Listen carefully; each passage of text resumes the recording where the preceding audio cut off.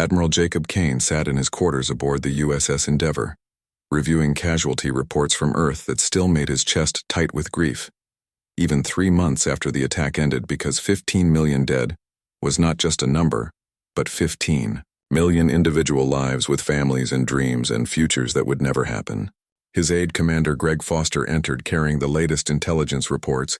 and said the Krell trials were proceeding with initial testimonies from survivors being documented, though it would take months to process all the evidence. Kane said, justice should not be rushed but should be thorough, because if they were going to hold the Krell accountable for war crimes,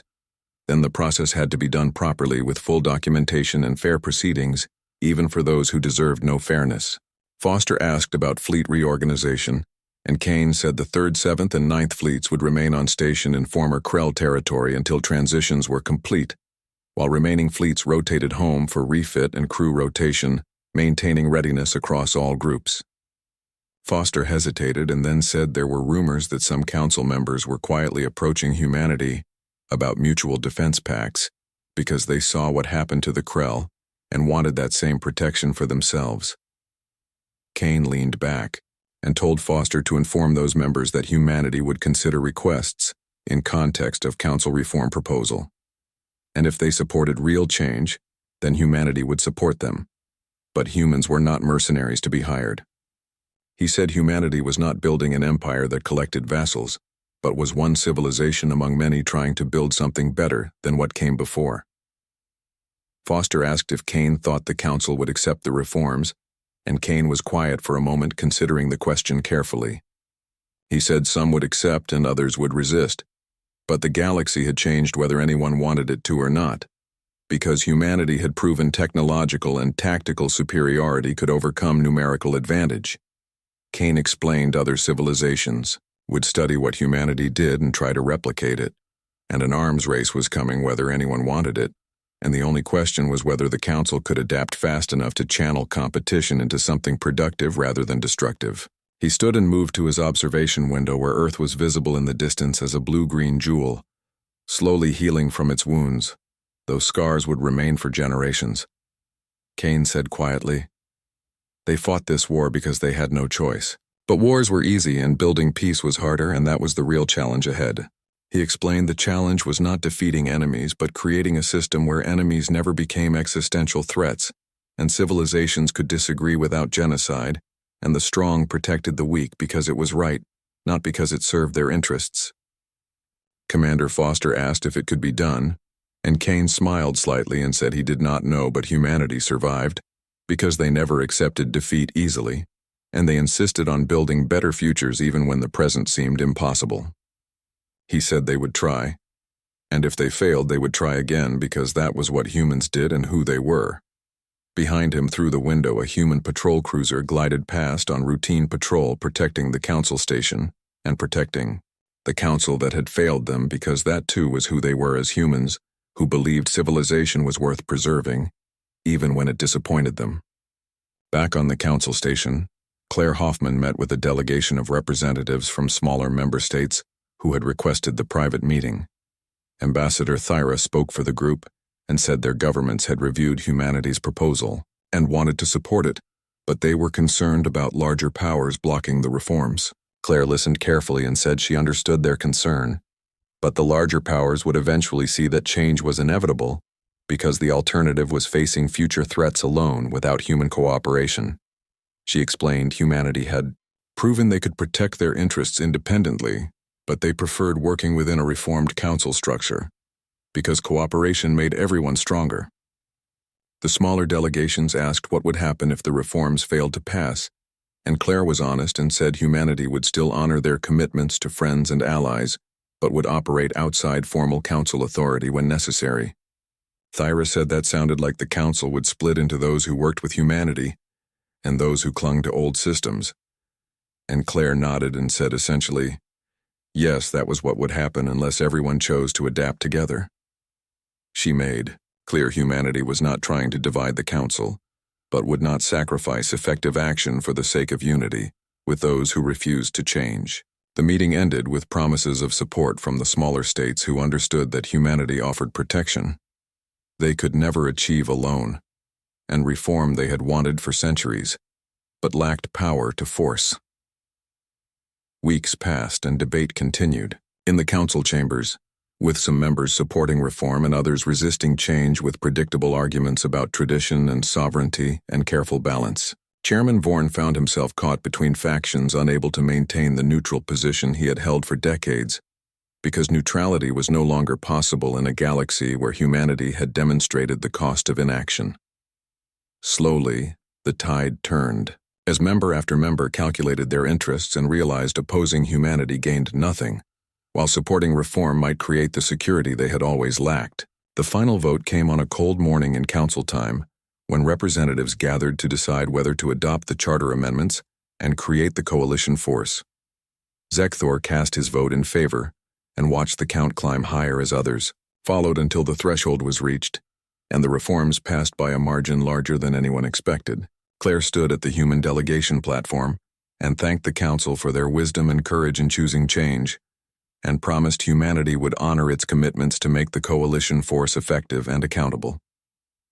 Chairman Vorn looked older somehow as he announced the vote results and declared the council charter amended and a new era beginning for galactic civilization. In human space, construction began on training facilities for the coalition force, with human instructors preparing to teach tactics and weapon systems to crews from dozens of different species. Earth's cities slowly rebuilt, with memorials rising, in places where attacks had killed thousands and survivors gathering to remember those lost, and promised that their deaths would mean something. Admiral Kane toured the memorial sites when he returned home on leave and stood in silence before walls covered with names, and wondered if 15 million dead had bought a safer galaxy or just postponed the next war. But then he saw children playing in parks that had been rebuilt and families gathering in streets that had been rubble, and he thought maybe the cost had purchased something worth having after all. On the frontier, former Krell colonies celebrated independence with festivals and parades as new governments formed, and refugees returned home to worlds they thought they would never see again. The Krell themselves withdrew to their core systems, and began the long process of transformation from conquerors to just another civilization, trying to survive in a galaxy that no longer feared them. Supreme Commander Vrask stood trial and was convicted of war crimes and sentenced to imprisonment, where he would spend the rest of his life contemplating the cost of his choices. The galaxy turned on its axis, and stars burned as they always had, but the civilizations living among them were different now because they had learned that peace required more than protocols, and safety required more than neutrality. Humanity took its place as a power in galactic civilization, not through conquest but through the willingness to fight when necessary and build when possible. Claire Hoffman continued serving as Earth's ambassador, working to implement the reforms and build relationships with other species who were learning to trust humanity's stated intentions. She still thought about her niece sometimes and about all the children who died, and she promised herself their deaths would not be meaningless, because humanity would ensure the galaxy learned from this tragedy. Zekthor watched the changes unfold and felt something like pride that he had supported the reforms even when it frightened him, because fear of change was less important than building something better. The coalition force held its first training exercises with crews from 20 different species, learning to work together, and human instructors patiently teaching tactics that emphasized protection over conquest. Years would pass before anyone knew if the reforms truly worked or if they had simply delayed inevitable conflicts. But for now there was hope, where before there had been only resignation. The Galactic Council had frozen when Earth was attacked and learned the cost of inaction, measured in millions of lives and burned cities. The human war fleet had entered the battle and taught the galaxy that aggression had consequences,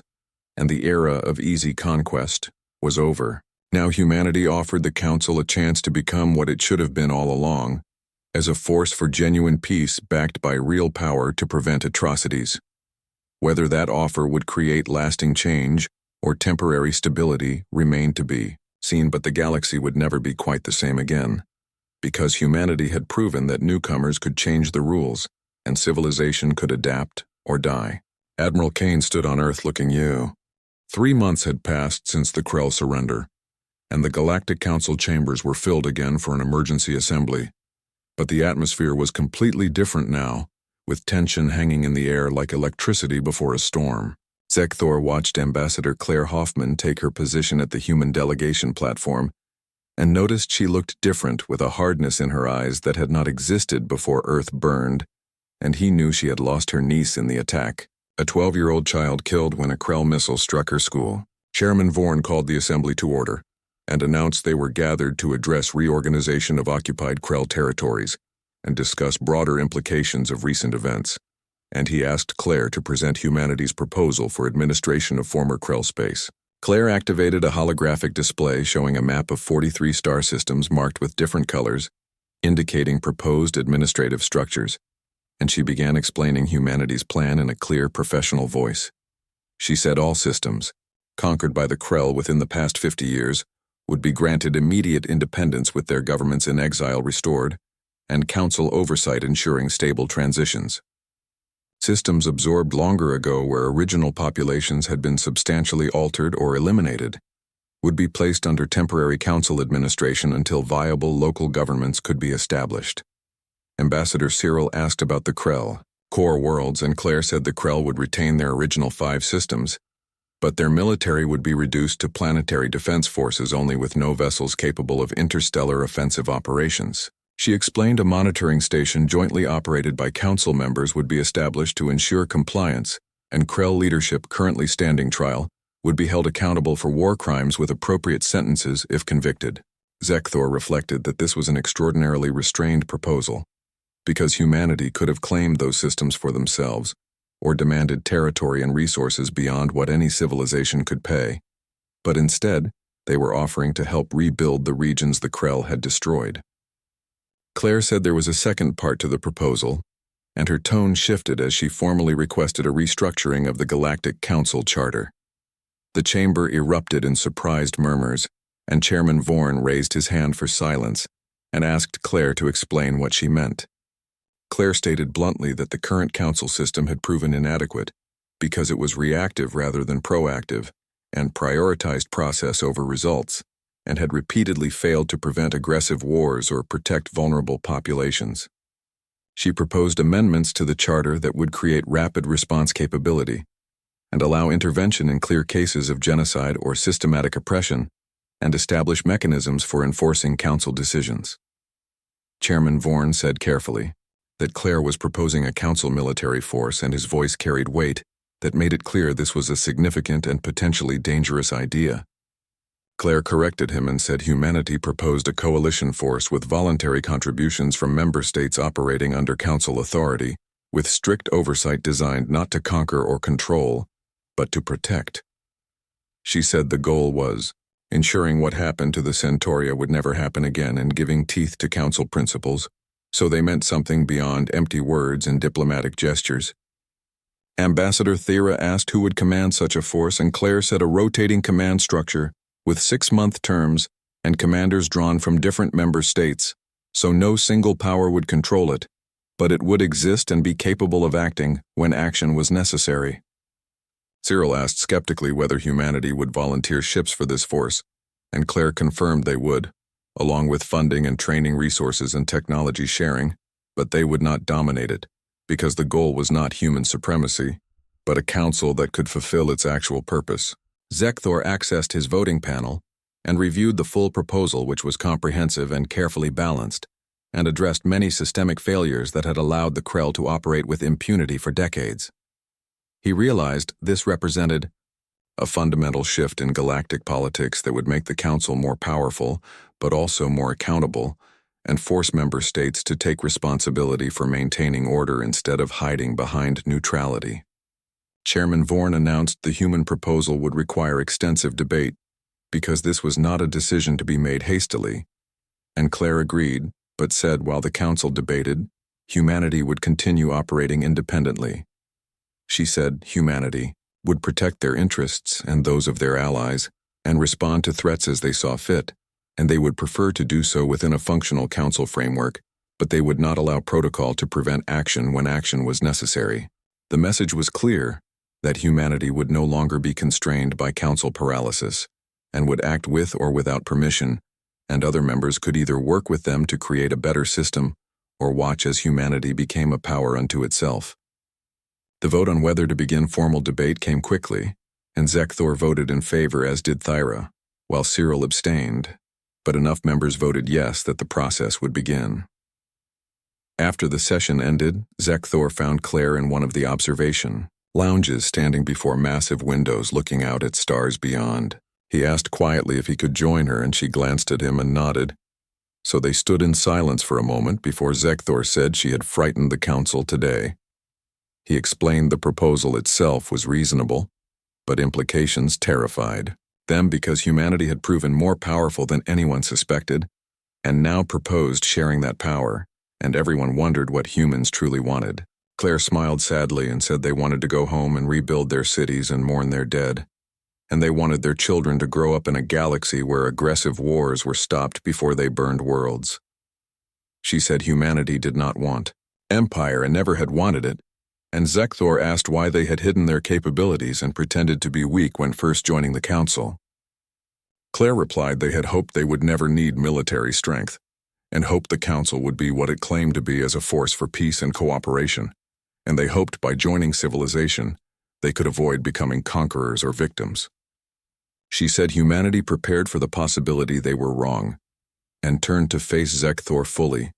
and asked him honestly whether he believed the council would protect Earth when the Krell attacked. Zekthor felt his light pulse with shame, and said no, he had not believed it, and he had hoped but did not truly believe the council would act. Claire said softly that humanity had not believed it either, so they built fleets in secret and developed weapons that horrified them to use and trained for a war they prayed would never come. She said when war came, and their world burned and the council watched and debated, they learned their fears were justified, and they were alone and they would never be that vulnerable again. Zekthor asked about the proposal and the coalition force, and Claire said humanity was offering the council a chance to ensure no one else had to be alone, and they were offering to build the council that should have existed all along. She made clear that if the council refused to change and continued hiding behind protocol while civilizations died, then humanity would protect itself and its friends with or without council blessing. Claire looked back at stars and said Earth was recovering, and casualties were horrific. But they survived, and the Krell learned humanity was not prey, and they hoped the lesson spread across the galaxy. She said humanity hoped aggressors everywhere would understand the era of easy conquest was over, because humanity would not stand by and watch anymore. Zekthor stood beside her looking at infinite space and realized the galaxy was changing, and the old order of careful balance and protocol was crumbling, and something new was being born. He said finally that he would support the proposal and convince his government to contribute to the coalition force, not because humanity frightened him, though he admitted it did, but because they were correct that the council had failed its purpose. He said if they were to survive in this changing galaxy, they had to become what they always claimed to be, and Claire nodded and thanked him, and said that was all humanity asked that the council try. Zekthor felt hope stirring in his crystalline form for the first time since watching Earth burn, because maybe the galaxy could be better than what it had been, and maybe the cost of this war would purchase something worth having. Admiral Jacob Kane stood on the bridge of his flagship, the USS Endeavour, and studied the tactical displays showing Krell fleet movements near their fortress world of Krell Secundus, where approximately 4,000 enemy vessels were gathering for what intelligence suggested would be a massive counter-offensive. Captain Linda Morris stood beside him reviewing the sensor data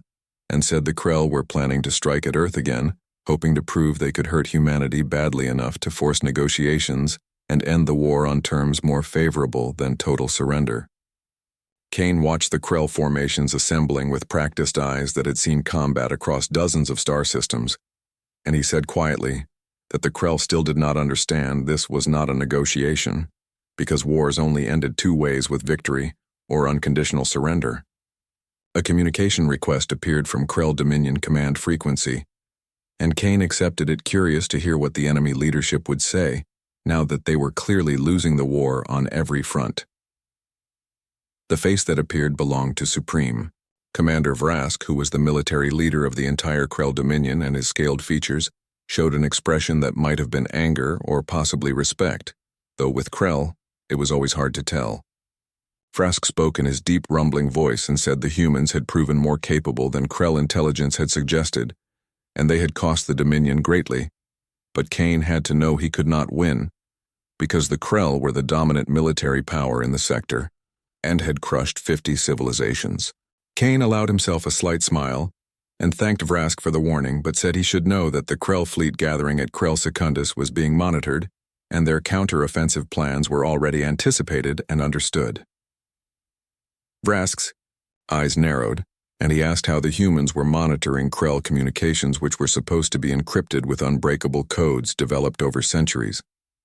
Kane said humanity was monitoring everything, including encrypted channels and quantum communications and fleet movements, and they had known about the counter-offensive plan from the moment Vrask started issuing orders. It was partly a bluff, because human signals intelligence had not broken all Krell codes, but they had broken enough, and more importantly, Kane wanted Vrask to understand how hopeless his position truly was. Vrask growled that even if the humans knew his plans, they still faced overwhelming force with 4,000 vessels against a single human fleet group that could not possibly stand against those numbers. Kane agreed that the 8th Fleet alone would be insufficient, but said fortunately humanity had anticipated the Krell response and prepared accordingly. He nodded to Captain Morris, who activated a system-wide tactical display, showing space around Krell Secundus from a strategic perspective, with the massive Krell fleet visible in defensive formations around their fortress world. Surrounding them, in a perfect sphere, were human vessels from the 6th, 8th, and 11th Fleets, with nearly 600 ships total,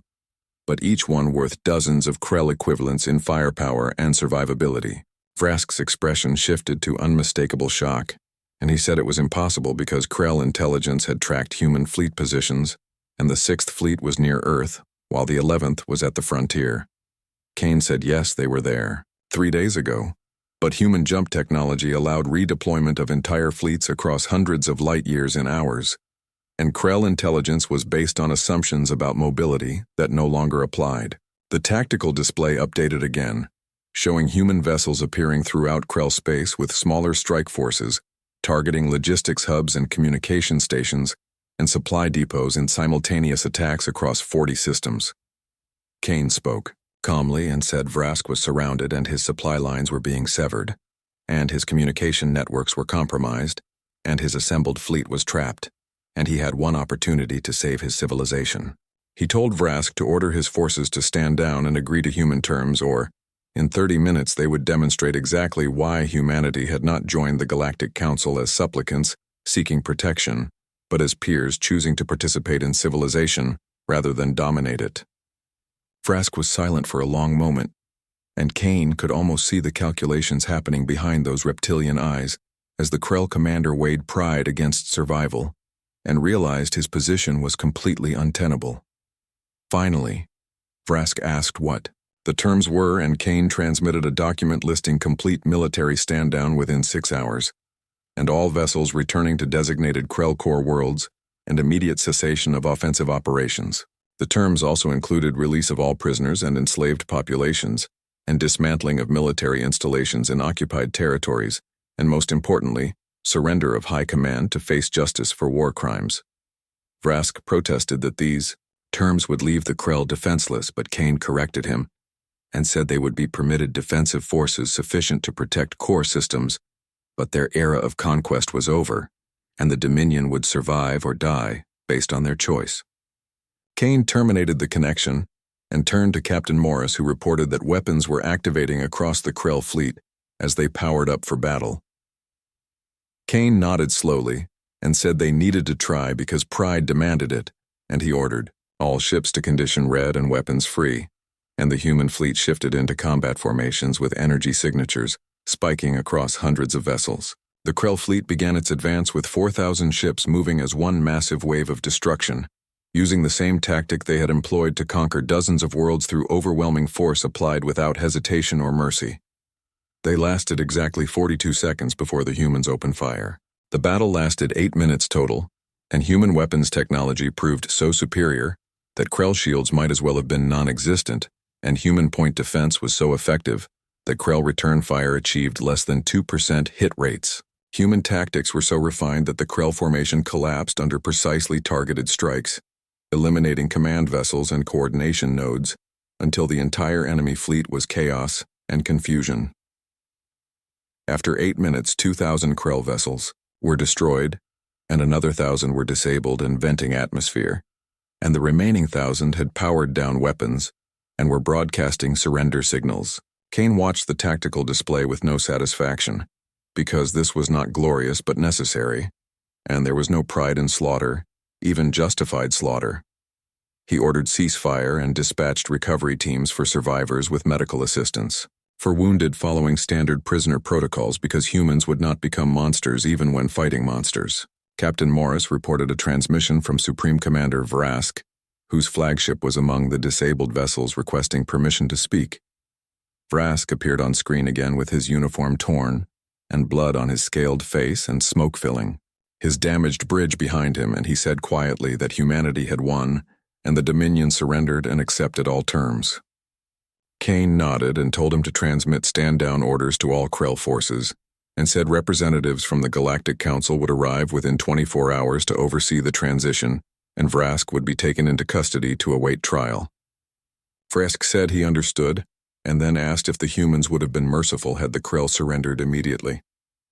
Kane considered the question carefully and said his world had burned, and his people died in their homes, and children were vaporized. In schools and elderly were crushed in hospitals, and the Krell initiated this with intention of genocide, so there was no mercy, only justice.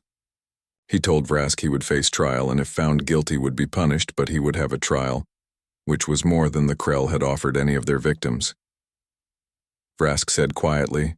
that they had thought humans were weak because the Council made them seem like naive newcomers, and the Krell believed Earth would beg for peace. Kane admitted humanity had been naive, believing the Council promises of mutual defense and collective security, and they learned the truth when they needed help most, and found only empty words, so they prepared in secret. He said they built fleets and developed weapons and trained for this day not because they wanted war, but because they knew it would eventually find them, and when it did, they would stand alone. Kane terminated the connection and ordered Captain Morris to begin recovery operations and send a message to Earth telling them the war was over and humanity had won. He stood at the window looking out at the stars and thought about the cost of victory measured in millions of dead and cities reduced to ash in a galaxy that would never trust humanity quite the same way again. But Earth was safe and the Krell would face justice, and maybe that was enough for now, even though Kane knew the real challenges were just beginning. The Council emergency session had been going for 6 straight hours, and Zekthor felt his energy draining away. But nobody could rest because the galaxy was watching humanity tear through Krell space like a force of nature that could not be stopped or reasoned with. The tactical displays showed human fleet movements across 8 different sectors, and the second fleet had attacked Draxus Prime, and won in less than an hour, and the fourth fleet had destroyed the Krell garrison at Terminus Station without losing. A single ship in the 7th Fleet had bombarded Krell military installations on 3 different worlds, until nothing remained but smoking craters. Ambassador Cyril from the Thelonian Republic stood up and his voice shook with barely controlled fear, as he said the humans were violating every principle of proportional response and attacking Krell territory directly instead of just defending Earth, and this was going to destabilize the entire galactic order. Zekthor found himself speaking before he really thought about what he was saying, and he asked what proportional response looked like when the Krell had tried to exterminate every human on Earth and bombed hospitals and schools and killed 15 million civilians in a single day. Chairman Vorn slammed his massive hand on the podium and said the problem was not whether the humans had justification, but that they were winning too easily and destroying Krell forces so completely that it looked less like war and more like systematic extermination. The chamber doors opened and Claire Hoffman walked in, looking exhausted with dark circles under her eyes, and her clothes rumpled from spending hours coordinating rescue efforts on Earth's surface, and Zekthor knew she had lost family in the attack, including a niece who died when a Krell missile hit her school. Chairman Vorn offered formal condolences for Earth's losses, but then immediately said the Council had to address humanity's military actions, which were destabilizing the galactic balance of power and threatening the careful order that kept civilization functioning. Claire walked slowly to the center of the chamber, and her footsteps echoed in the vast space. And when she spoke, her voice was quiet, but somehow carried to every corner of the room. And she said she had spent 3 years standing in this chamber, listening to debates about peace and stability while the Krell conquered world after world. She turned slowly and looked at each council member in turn and said she had watched the Centauria get wiped out completely with 4 billion dead, and the council sent observers to document it, and then filed reports and did nothing else, and she had watched the Praxians beg for help when the Krell attacked their agricultural worlds, and the council debated for 6 weeks while millions starved. Ambassador Cyril tried to protest and said those situations were different because the legal frameworks were unclear, but Claire cut him off sharply and said no, they were not different at all. And the council was just afraid that if they challenged the Krell, then they would become targets too, so they hid behind protocols and let the strong devour the weak. Chairman Vorn asked if Claire was accusing the council of cowardice, and his voice carried a warning. But Claire did not back down and said she was accusing the council of exactly what it was guilty of, which was moral paralysis and building a system so afraid of conflict that it became incapable of preventing atrocity. The tactical displays updated with new information, showing the human Third Fleet arriving at the Krell military shipyard at Varantis, which was the primary production facility for their warships, and could build 100 vessels every year and was defended by massive fleets and orbital weapons platforms. The humans did not bother fighting through the defenses, but instead launched special weapons that phased through the defensive perimeter, like it was not even there, and struck the shipyard from 16 different angles simultaneously, and the detonations were not nuclear or antimatter but something else entirely. The shipyard did not explode but simply came apart at the molecular level and turned into dust and energy in seconds, and a structure that took 40 years to build ceased to exist, and the council chamber fell completely silent as everyone processed what they had just witnessed. Ambassador Thyra spoke in a hollow voice and said humanity possessed planet-killer weapons, and Claire corrected her and said humanity possessed the ability to end this war decisively, and that was exactly what they intended to do, because the Krell would surrender or cease to exist and there would be no third option. Chairman Vorn declared that the council could not allow this and would impose sanctions and freeze human assets and take other punitive measures, but Claire interrupted him and said the council would do nothing because if they interfered or tried to protect the Krell from consequences, then humanity would withdraw from the council completely. She let that statement hang in the air for a moment and then said humanity would reconsider all cooperative agreements and withdraw trading partnerships and scientific exchanges and diplomatic presence, and then when the next aggressive power rose to threaten council worlds, they would face it alone, because humanity would have learned that council friendship meant nothing. Zekthor felt the truth of her words resonating through his entire being, because the council had failed its fundamental purpose by becoming so focused on maintaining peace through inaction that it enabled the very aggression it claimed to oppose. He found himself asking what humanity's terms were, and Claire looked at him, and for just a moment her expression softened slightly before hardening again as she laid out the requirements, which included Krell leadership standing trial for war, crimes and their military being reduced to defensive forces only with independent monitoring. She said the Krell conquered territories would be granted independence or placed under council protection, and reparations would be paid to Earth and every other world the Krell had devastated over the years. Ambassador Cyril asked what would happen if the Krell refused these terms, and Claire's expression turned cold as ice, and she said in 3 weeks, the Krell homeworld would look exactly like Earth did this morning, with cities burning and millions dead, and humanity would give them the exact measure of mercy they had shown Earth. She turned and walked toward the exit, but paused at the doorway and looked back at the assembled council members, and said her grandmother had survived the bombing of her city by digging through rubble with bare hands, looking for her children who were barely alive under a collapsed building. Claire said the council did nothing to prevent that, and did nothing to stop the Krell from creating thousands of similar stories, and humanity had decided council protocols were worth less than the lives of their people, so they had chosen to act while the council debated. The door closed behind her, leaving the council in heavy silence that stretched on for long minutes before anyone could find words to speak, and Zekthor looked at the tactical displays showing human fleets advancing deeper into Krell space, and knew the galaxy had changed forever. The old order built on careful neutrality and endless debate was crumbling, and something new was being born, and nobody knew yet whether it would be better or worse. But everyone knew there was no going back to the way things were. Zekthor accessed his voting terminal and began drafting a message to his home government recommending they support whatever proposal humanity put forward, because the alternative was facing the next crisis alone without human support, and that thought terrified him more than he wanted to admit. On the main display, a news feed showed human ships entering another Krell system, and the Krell defenders attempting to resist, but the battle was over in minutes, and Zekthor watched and wondered how humanity had advanced so far so quickly.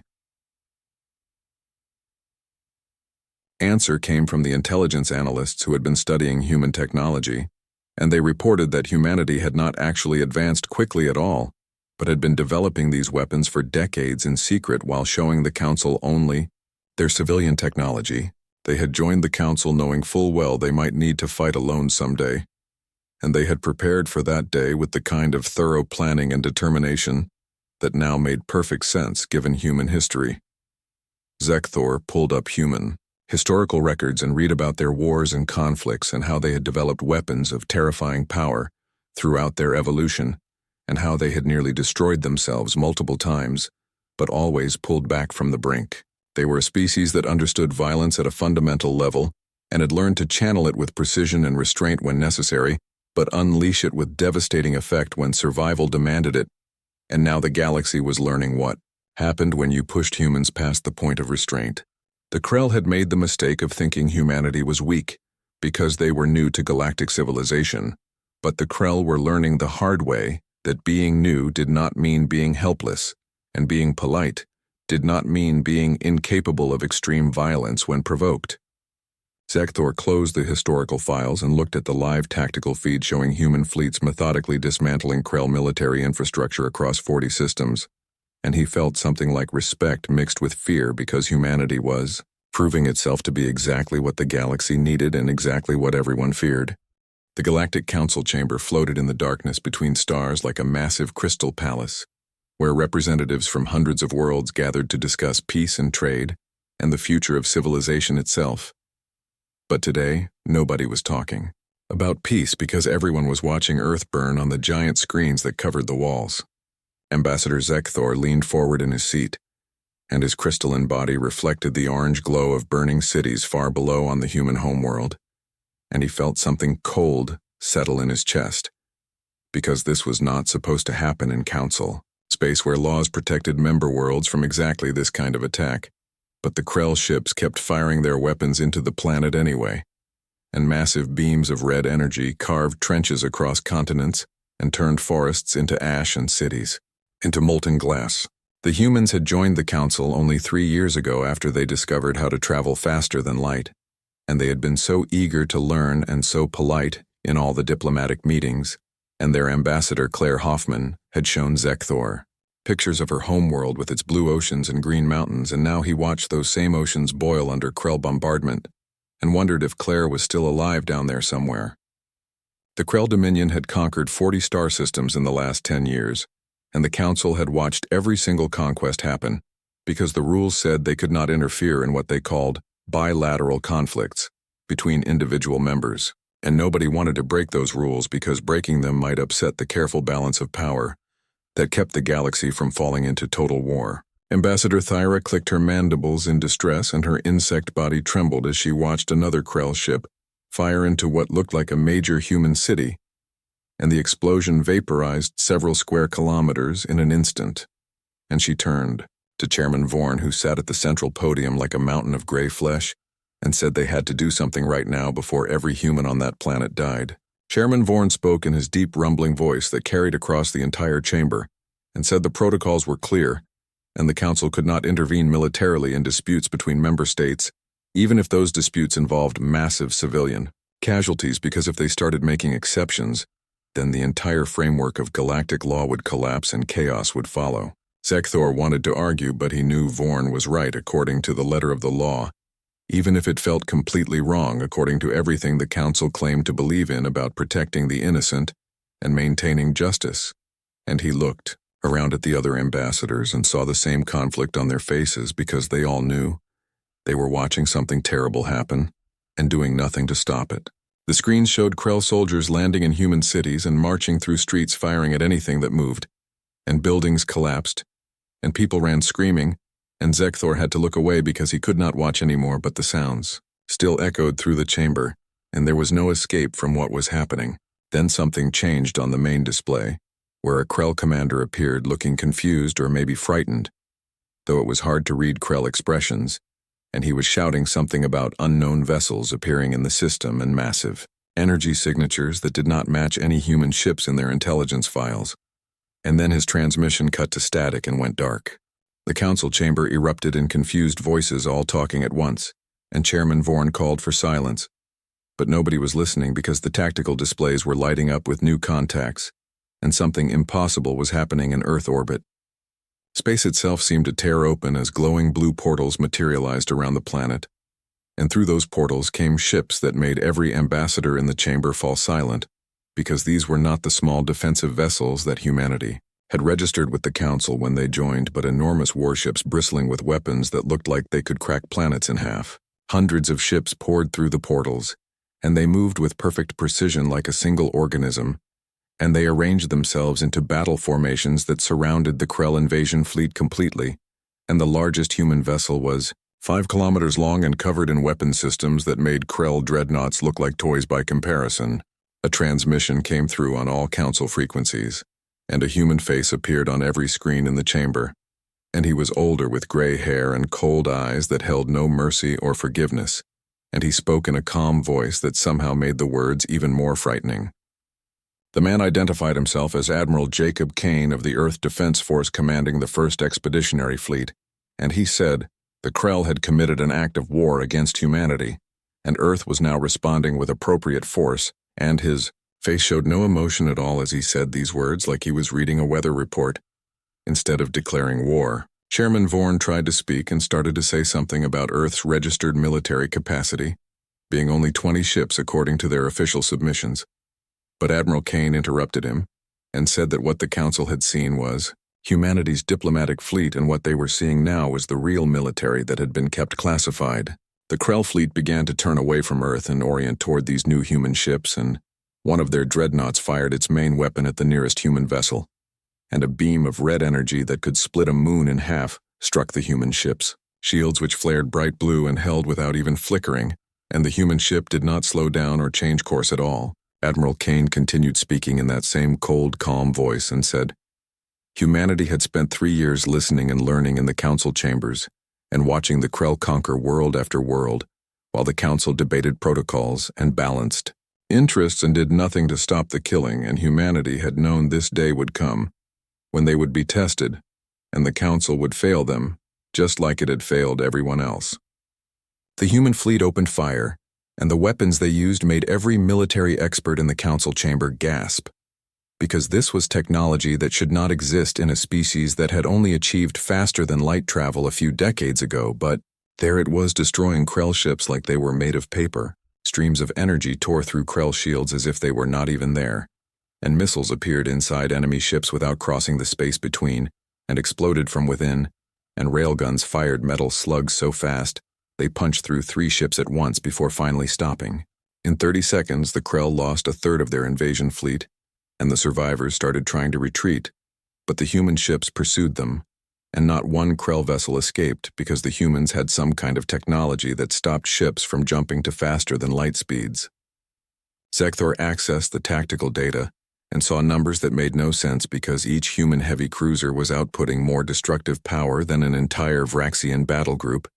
and their point defense systems were intercepting 98% of incoming fire, and their shields were generations ahead of anything in known space. Within 10 minutes, the Krell invasion force was nothing but debris and escape pods floating in space around Earth,